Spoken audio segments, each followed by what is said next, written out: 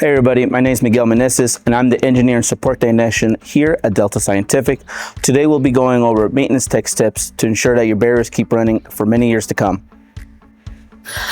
Bearing blocks are the essential point of what keeps our frames connected to our actual top plates of most of our barriers.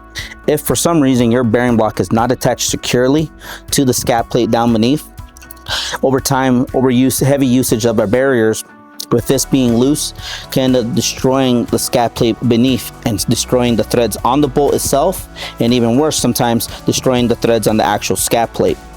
Basic maintenance of making sure that these bolts are tightened on your bearing blocks will ensure that you don't have to replace any bearing blocks in the near future, as like one of these, or even worse, replacing a scat plate. That requires welding at this point and replacing them, which will then decommission your barrier for how knows how long, couple weeks, and that's what we don't want in the field.